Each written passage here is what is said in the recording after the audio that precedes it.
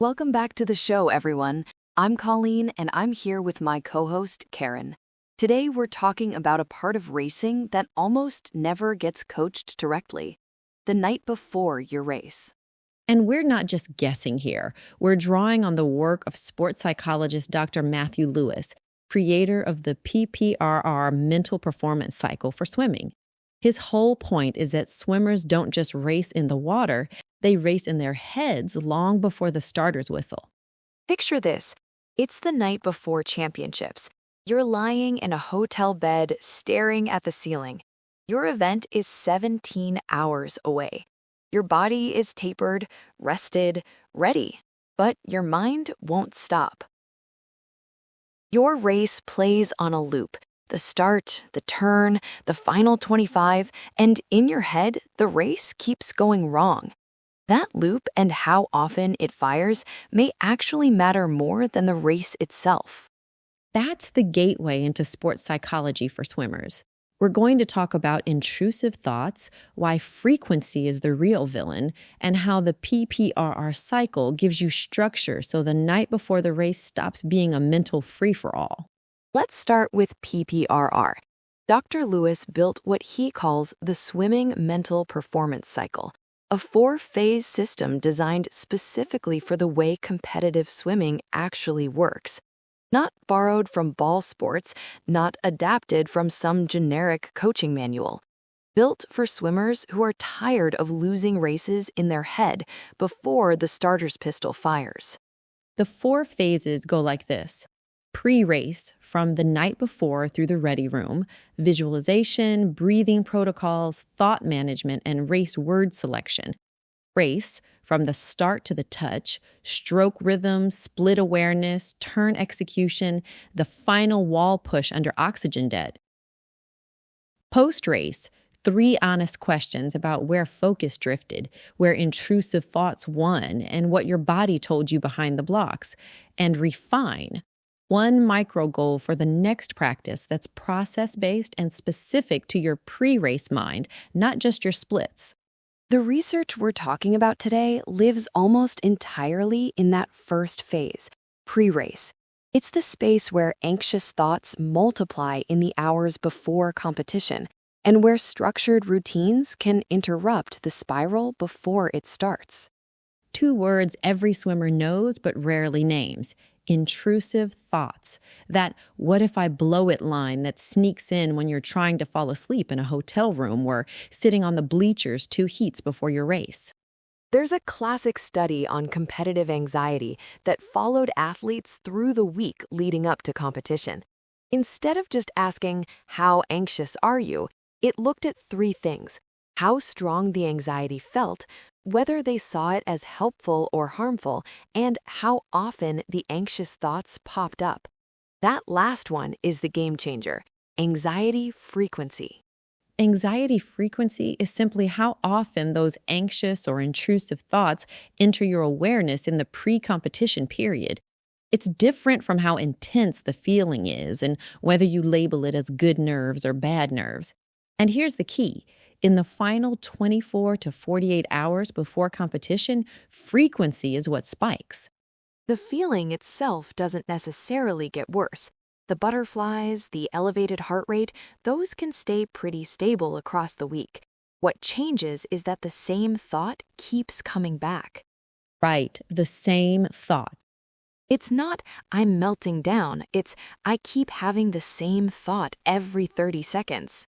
And that's exactly how swimmers describe it. "I'm not even that nervous, it's just the same thought keeps coming back. What if I go out too fast? What if I die on the third 50? That's frequency. The thought is relentless, not overwhelming in intensity, but always returning. And those relentless returns burn mental energy you need for the race. One more piece from the research. 2 athletes can report the exact same anxiety intensity, same level of butterflies, same heart rate, but the one whose intrusive thoughts intrude every 30 seconds performs worse than the one whose thoughts intrude every 10 minutes. It's not how anxious you are, it's how often those anxious thoughts barge in. Let's make this concrete in swimming situations. Night before championship meet. You're in a hotel room with your teammates, lights are off, everyone else looks asleep, but your mind is running the race on repeat. On repeat. The start, the breakout, the turn, the last 25, and every time you run it, something goes wrong.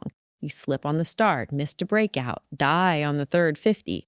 That's anxiety frequency in action, the same thought returning every minute and burning through the sleep you need.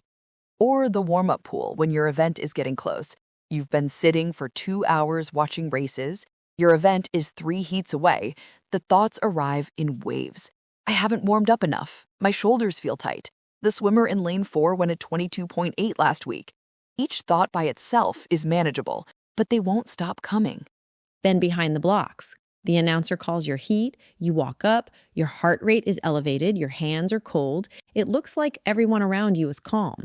They're not calm, they're just running their scripts. The swimmers who look composed have a pre-race routine in their head. You're running your spiral. This is where the research adds something hopeful. Athletes who interpreted their anxiety as helpful and who had structured pre-competition routines reported significantly fewer intrusive thought spirals in that critical 24-48-hour window. The difference wasn't that they felt less nervous. The difference was that they had a script. When you don't have a script, the mind writes its own, and it usually writes disaster. So what does all this mean for your racing? First, the athletes who swam well weren't magically calmer. They still felt the same butterflies. Their bodies were just as amped. The difference was structural. They had routines that gave their mind a job, so there was less open space for intrusive thoughts to loop. Think about the thought spiral the night before. You're lying in bed, the first anxious thought shows up. What if I go out too fast? Without a structured response, that thought loops. It comes back 30 seconds later, then 20. Then it brings friends. What if I don't make finals? What if I add time again? Each return burns a little more fuel.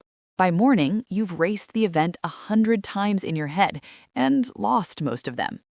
Swimmers with structured pre-race routines still had those thoughts, but fewer returns. The routine didn't erase anxiety. It interrupted the loop.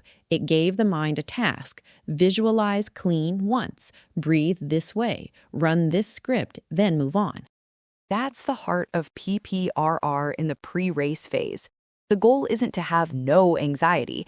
The goal is to have so much structure around the night before and the hours before your race that there's simply less room for the spiral to run wild. Let's make this something you can actually do tonight before your next race.